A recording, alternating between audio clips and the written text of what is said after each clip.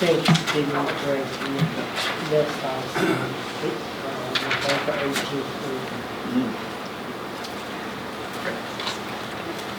Good evening. My name is Hunter Oswald. I'm a student with Institute for Faith and Freedom.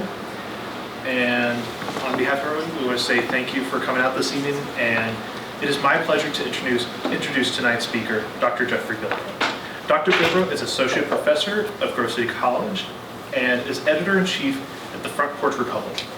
He grew up in the mountainous state of Washington and earned his BA in Writing and Literature from George Fox University in Oregon, and his PhD in English from Baylor University. He's the author of several books, including his more recent works, Reading the Times, A Literary and Theological Inquiry into the News, and Liberating the Arts, Why We Need a Liberal Arts Education. You can find more of his work elsewhere. And without further ado, please join me in welcoming Dr. Jeffrey Bilbro.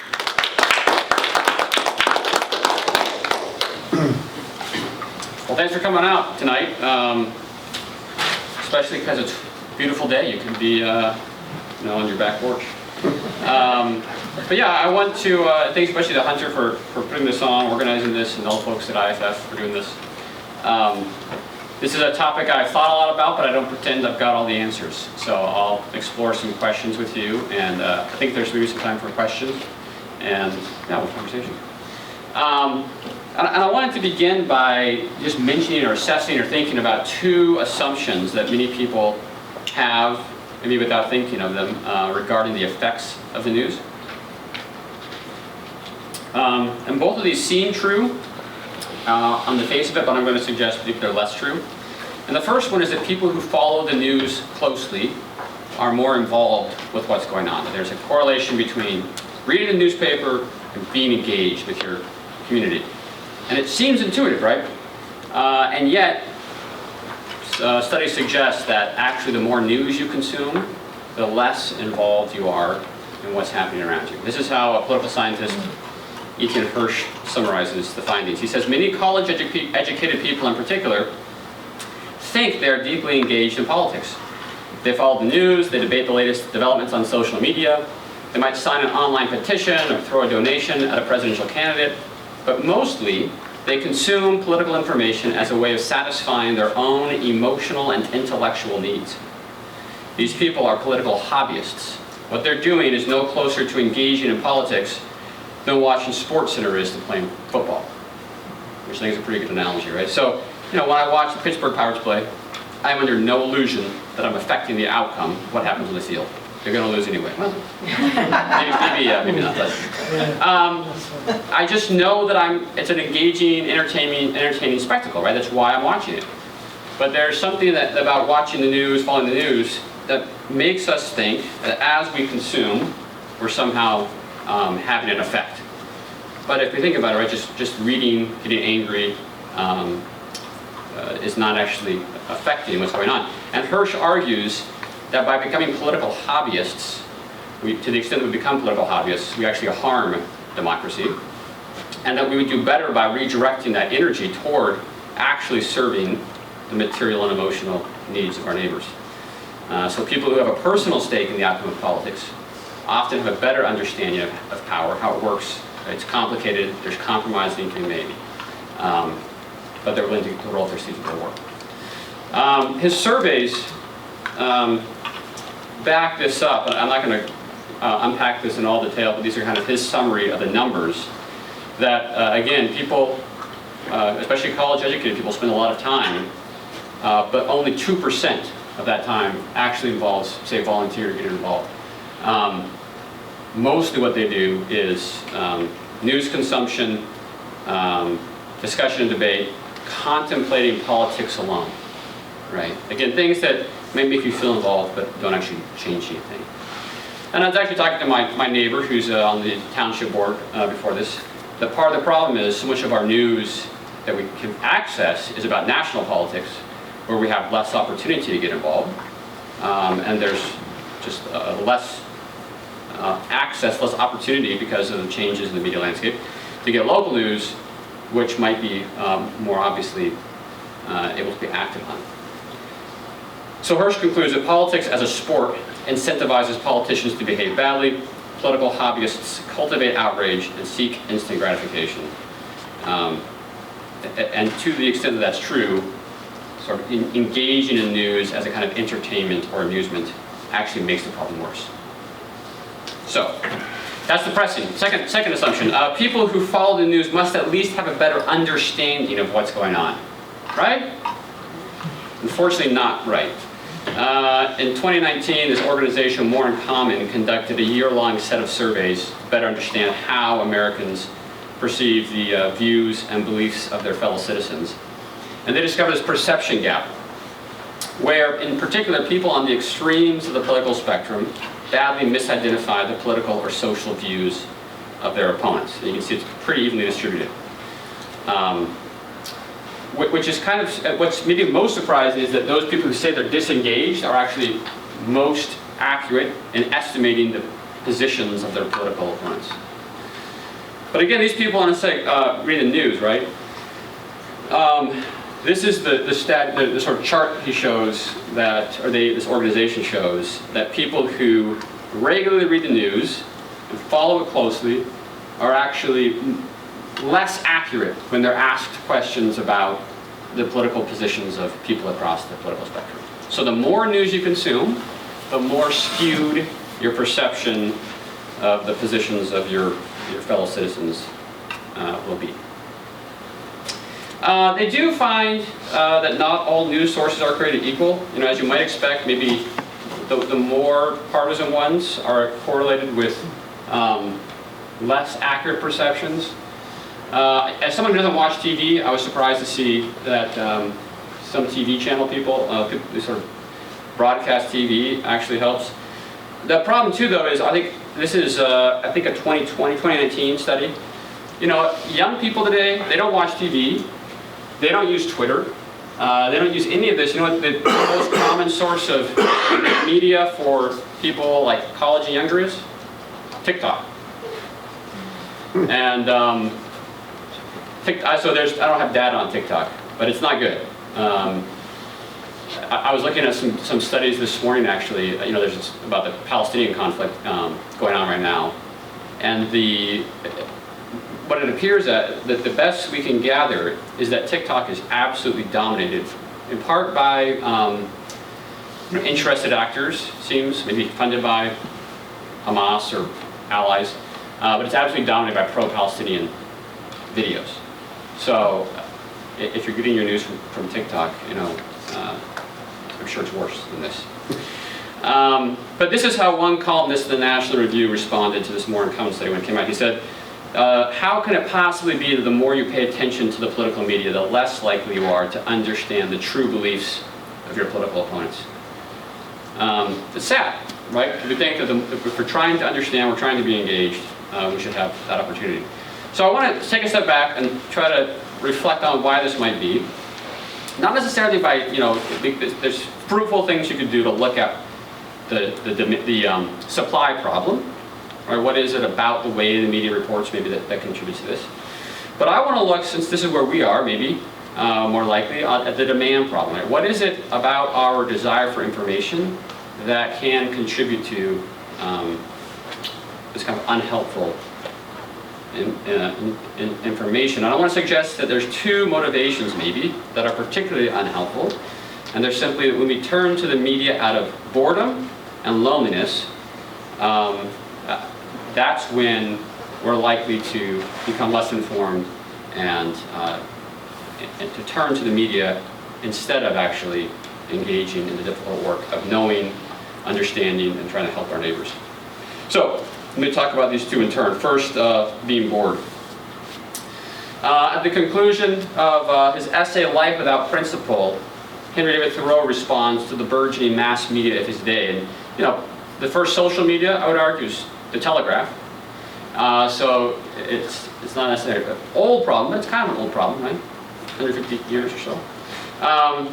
And he compares attending to the daily news with eating too much junk food, basically. Right? Both give us, he says, a bellyache. So this is Thoreau. We should treat our minds as innocent and ingenious children whose guardians we are. What if we thought about our intellects as children whom we're trying to feed good intellectual food? And be careful what objects and what subjects we thrust on their attention. Read not the times, read the eternities.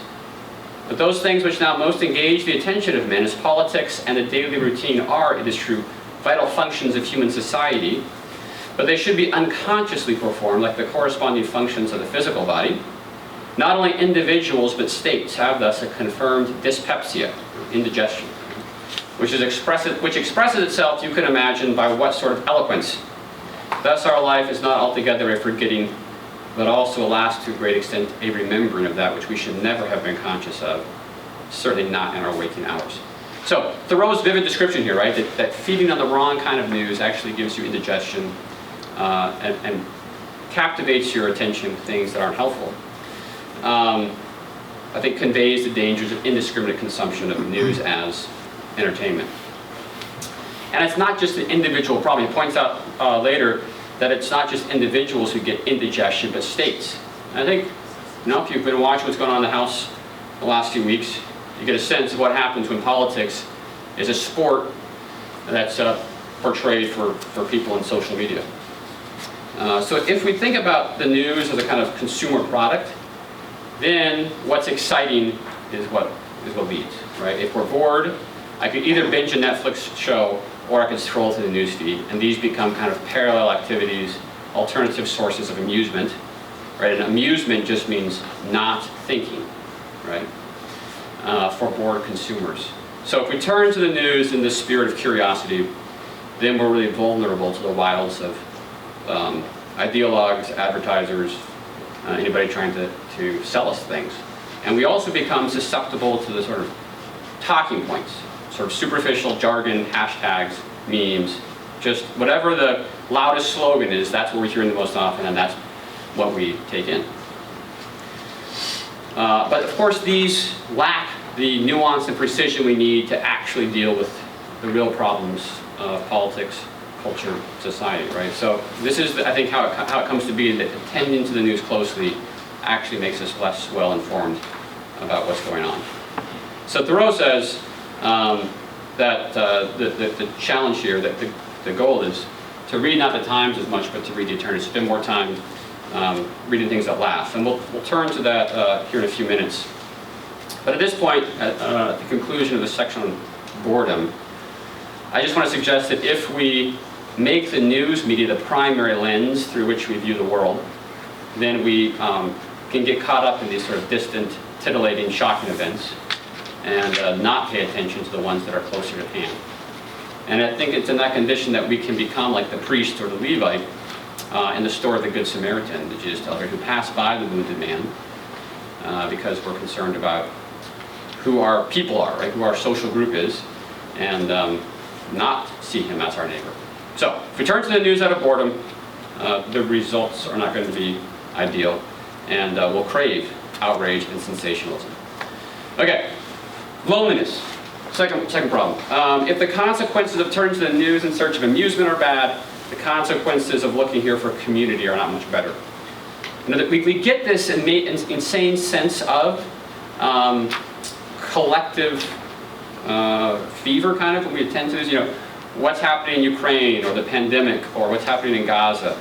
Right? As we read about these, we have this sense that everybody else in the world is reading about them at the same time.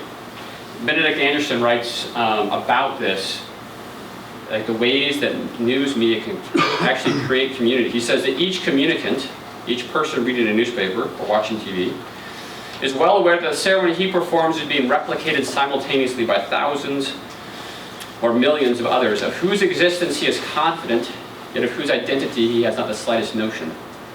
Furthermore, the ceremony is incessantly repeated at daily or half-daily intervals throughout the calendar. So this is he says this is what it means to be part of a secular community constituted by shared attention to the things that are going on in the media. And what makes this particularly dangerous, I think, or unhealthy, is when other forms of community become attenuated. So if civic society or family life or the church or our neighborhoods are less thick communities, then we can turn to the opportunity to kind of create a sort of community through the media more out of a sense of compensation. Right? This is one of the last chances we have to feel like we're part of a group. Yet, attending to the news is a pretty inadequate remedy for the disease of loneliness. The title of Sherry Turkle's book on how digital technologies change the shape of our communities is apt here. She says that we are alone together. Right, so maybe you're watching the same story, scrolling through the same videos on TikTok, but we're not really together. And one has only to look at the behavior of online mobs to get a sense of how digitally connected individuals may kind of swarm in response to a story or stimulus. There's a bit of news, there's an image, some politician or celebrity says something stupid, and there's this dog pile, but then the attention shifts and moves on, and it's forgotten very quickly. This philosopher, Zygmunt Bauman, calls these swarms, and he says that they tend to replace groups which have leaders, hierarchies, pecking orders. Swarms, on the other hand, simply assemble and disperse and then come together again from one occasion to another, each time guided by different targets, shifting relevancies, and attracted by changing and moving targets. So there's no organization, no division of labor, not doing anything. It's just this sort of collective mob experience. And when a community is forged through shared attention to the media, it's almost inevitably some sort of swarm. And such swarms can't do anything, right? We saw this, I don't know if maybe you are better able to remember this than my students are, but about 10 or 13 years ago, when the Arab Spring was going on, there was this sense that social media is going to bring about democracy in the Middle East, right? That Twitter delayed its updates so that the protesters in Egypt could coordinate and they were going to do things, right? A lot of tech people from Google and elsewhere thought this is going to be the end of tyranny. It wasn't, in case you forgot. But one Turkish thinker, Adam Tufekci, writes a few years later, I think in 2015, she has a book called Twitter and Tear Gas, The Power and Fragility of Network Protest. And she talks about how it's very intoxicating. It feels like you're doing something, but then when you actually have to make decisions and change things and not just have a protest, but govern, network protest just doesn't work, right? These communities burn really hot, but then they can't actually fix anything because they're not genuine communities. Right, you see this too in the kinds of action that are suggested to us by social media. Again, to reach back in the archives, maybe we'll dump ice water over our heads to fight against ALS, or we'll post the right background behind our profile, or we'll post outrage about some book that's been banned or not banned in some library in some different state. But are we actually going to talk about these issues with our neighbors, figure out how to address them in our communities, and act on them? Unlikely. So that's the problem. And one of the challenges, I think, is that when we engage in the media, we do so as a member of this sort of swarm, even if it's somewhat implied. And there are oftentimes competing swarms, right? It's like my group versus your group. And so when we encounter other people's ideas or opinions, we encounter them as sort of the enemy's opinions. Again, this is Zainab Tafouki. And she again uses a sports metaphor. She says that when we encounter opposing views in the age and context of social media, it's not like we're reading them and thinking about them. It's like we're hearing them from the opposing team while we're with our fans in a football stadium. Right? Online, we're connecting with our communities, we seek approval from our like-minded peers, and then we bond with our team by yelling at the other team. This is a sociological phenomenon, right? We strengthen in-group by identifying and shaming the out-group. Our cognitive universe isn't an echo chamber, right? We are aware of other people's ideas and other challenges, but it's our social one that is an echo chamber.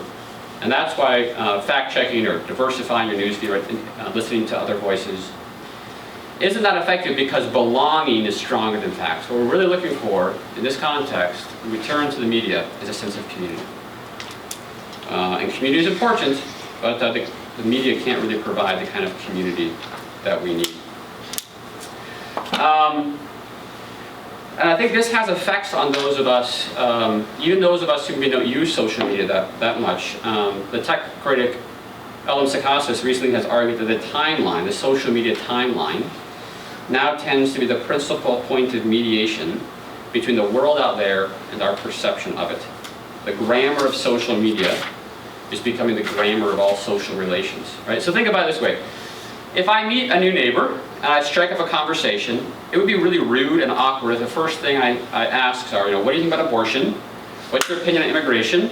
How high should the corporate tax rate be? He would think I was strange and rude, right? And yet that's often how we gauge people on social media, right? Like, what have they posted recently? What political causes do they support? And we then lose the opportunity to build some kind of common ground, about the weather. The weather's fine. You can build a community on the weather. High school sports, how the fishing's been. I was talking to my neighbor about a construction project in our neighborhood. So if you start with the things you disagree on, they're going to sort you up into groups. You lose the opportunity to build community with folks across divides, and yet, of course, you always find common ground too, right? Maybe you disagree on something, but maybe there are things you agree on. So, what I'm suggesting is that the problem with our media today is not only out there. Yes, I could spend hours telling you what's wrong with the supply side. That there are many things that are unhealthy with the kinds of media that's sent to our push notifications. But I think it's often more fruitful to reflect on the demand side. What are the appetites, the desires that we bring to the media that often incentivize us to go after and to read the stories that might be less than helpful? And again, in particular, I think it's if we're bored and if we're lonely. So the solution, it seems to me, is to try to address those problems. I just want to conclude here by thinking about two simple, maybe not sufficient, but maybe helpful practices that would better address boredom and loneliness. In my book that Hunter mentioned, I talk about a lot of different practices. I try to make it practical. But I'm just going to focus on two here tonight. The first is that if you feel the itch of boredom, right, if you're bored and you just want some kind of amusement, watch a movie. Or you can sit down with what Marshall McLuhan calls a cool media, like a book, a long-form essay. Try to actually understand the underlying causes, right? If people who were protesting, I was just in Madison, Wisconsin this weekend, and I've seen a lot of Palestinian protests on the media, but I hadn't seen one in person. We don't have very many of those in Grove City, which is probably good.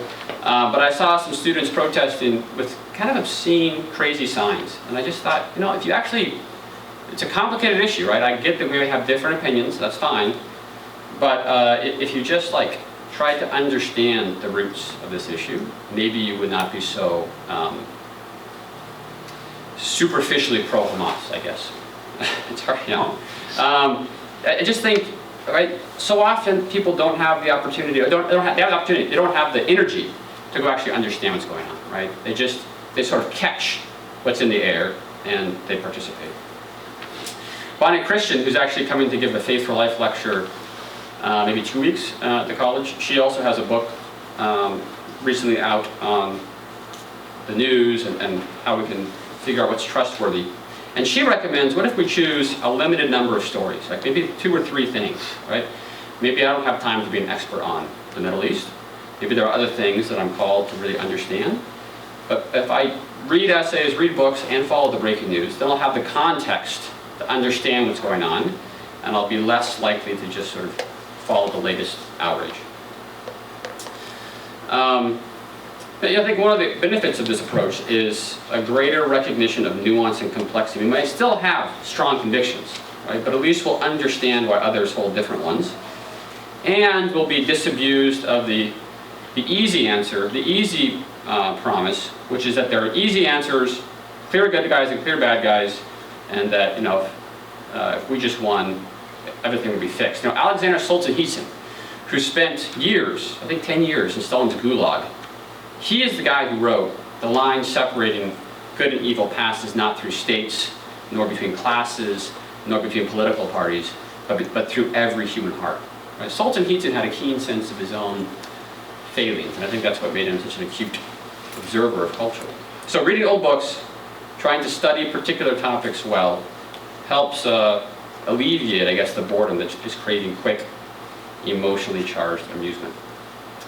And then second, and finally, loneliness, right? When you feel the ache of loneliness, instead of turning on the news or scrolling through the feed, you can go talk to somebody. I know it's revolutionary. But you can call up a friend, you can talk to a neighbor, you can volunteer in a local organization or church. Maybe even, if you're passionate about a particular issue, maybe you can volunteer, get involved in an organization that's addressing that issue.